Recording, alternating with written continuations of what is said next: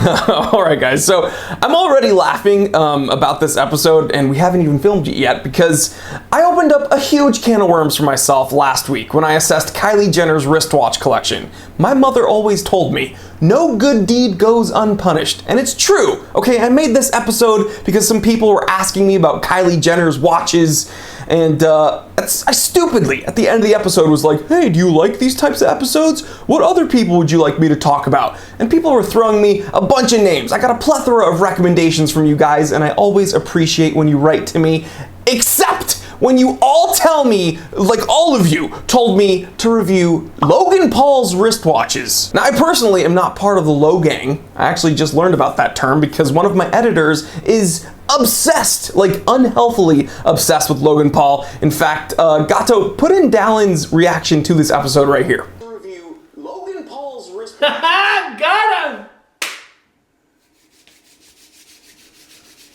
He's not that intelligent. Well, I'm talking about Logan Paul, but Dallin also got a few screws loose. So yeah, guys, let's do it. Enough of you guys have asked me for it, so let's talk about Logan Paul's watches. Logan Paul watches. That actually kind of has a ring to it. There's James Noble, there's Daniel Wellington, and when Maverick Apparel inevitably tanks, at least Logan Paul can take some solace in the fact that he can be the next designer of a crummy Instagram fashion watch. So there you go, Logang. Just thank me when there's a new stupid accessory you can waste your money on. And Logan, if you're watching this, I'm taking a percentage of whatever you make from Logan Paul watches. But okay, all jokes aside, serious time now. Logan Paul doesn't seem that intelligent. Let's face it, he should probably spend less time exploring forests and more time exploring just what the f is wrong with his moral compass. Cause yeah, in his mind, it totally makes sense. Once you get called out for literally filming a dead body, just go ahead and film yourself electrocuting the bodies of dead animals. Someone has to have a file on this guy. This is like making a murderer. Anyway, while the Logang members are flooding my comment section telling me exactly why I'm just jealous of Logan Paul, we're gonna look at his watches. It's 1:54 p.m. Let's get down to business.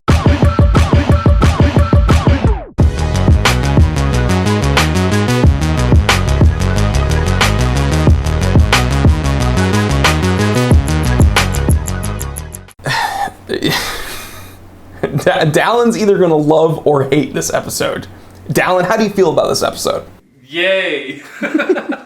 Okay, so from what we can see in like media photos and paparazzi photos, he doesn't have a ton of watches, and that's fine, but he's been seen with two very impressive, very expensive wristwatches. The first one makes an appearance on his wrist a whole lot from what I can see, and it's a Rolex Day-Date 2. Now this has an ice blue Roman numeral dial, giving away the fact that it is a very, very precious metal, platinum. That's right, this is not white gold, this is platinum. Now apparently there's an episode floating around about Logan Paul's $3 million watch, and this is far from it, okay? It doesn't mean this watch is inexpensive by any means. You can get this Rolex Platinum Day-Date 2 for around $40,000, so again, it's a pretty penny, still very expensive for us normal people, but definitely not $3 million. Now I mentioned white gold earlier. My pick would be a 36 millimeter white gold Day-Date.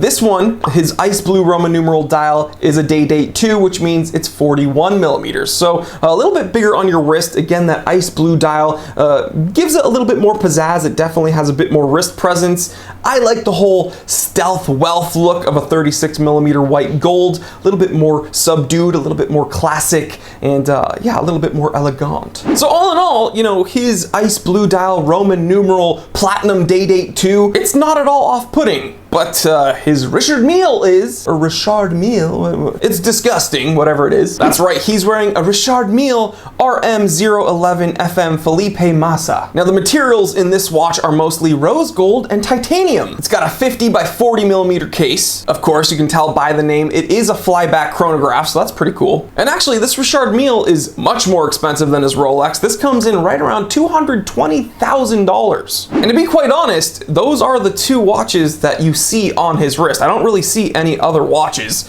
but I'm sure once Maverick comes out with the Logan Paul watch brand, he'll be wearing some more of those in his episodes. And listen, I've been ragging on Logan Paul a whole lot. I know you guys want me to kind of assess his ranking in the horological world. I don't think he knows much about watches.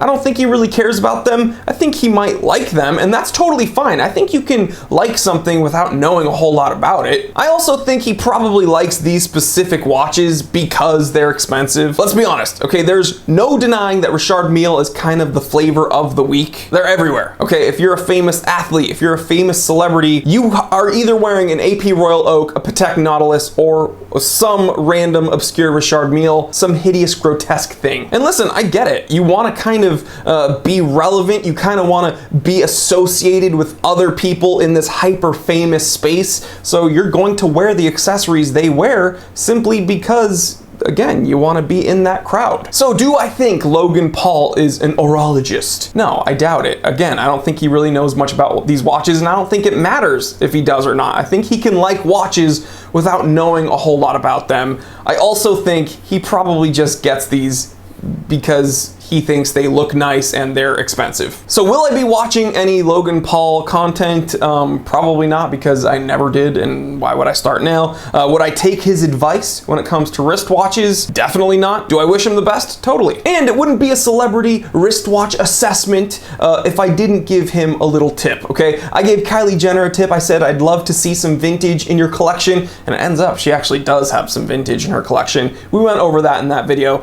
So I'm gonna kind of say the same thing with Logan Paul. I'd love to see a vintage watch in your collection. Also, I'd love you to stop filming dead things.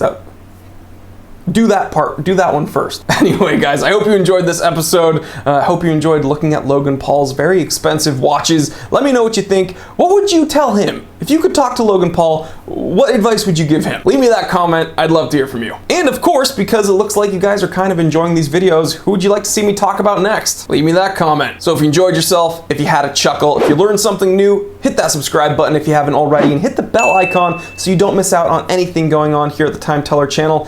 We upload Monday, Wednesday, Friday with a live stream Q&A every single Saturday that I look forward to every single week, and that bell icon will get you notified so you don't miss out on anything. And if you want to go above and beyond supporting the channel, you can shop at the Amazon store, link in the description below. We got a bunch of modern watches, watch straps, watch winders, watch toolkits. Everything I personally use is kind of curated there. And if you want some vintage luxury watches serviced with a 1-year warranty, hand-picked by me, go to www.thetimetellershop.com. Again, everything there, vintage luxury watches for an honest, affordable price, serviced by professional watchmakers with a 1-year warranty. Do it, guys. Support the channel. You help me out a bunch, and I'll love you for it. So as always, like, comment, subscribe, share this with other watch collectors, other people you think would enjoy this. I'm Jory Goodman, the Time Teller. Always remember, I didn't invent time. I just tell it. Hey guys, I just want to let you know that there's a huge price cut over at the T3 shop. Every watch is under $1,000 up until Monday, October 7th. So what are you waiting for? Go check out the watches. Get yourself a really nice one like mine over here. Even though I didn't get it at the T3 shop, it's okay. Don't fire me. Real quick, if you enjoyed this episode, then do not worry, the fun doesn't need to stop here. Check out these recommended episodes that are going to be popping up on the screen anytime now. Also, take a moment, check out my brand new channel, the Time Away channel. It's where I talk about everything outside of the watch world, some of my other collections, some of my other hobbies. And if you're not interested in any of that, don't worry, just stay right here and I will see you right here. Because I never leave. I am trapped inside of this camera. You know what? I'm not going to dab at the end of this video because I think Logan Paul dabs a lot in his videos and I don't want to be associated with that. Just kidding, I do want to be associated with that. I purposely made a video about him so I could leverage some of his viewership, and maybe, you know, this will be a little bit clickbaity and maybe we'll get a few more views. So that's just the truth, guys. That's just, it's a dog-eat-dog world here on YouTube. I'm sorry.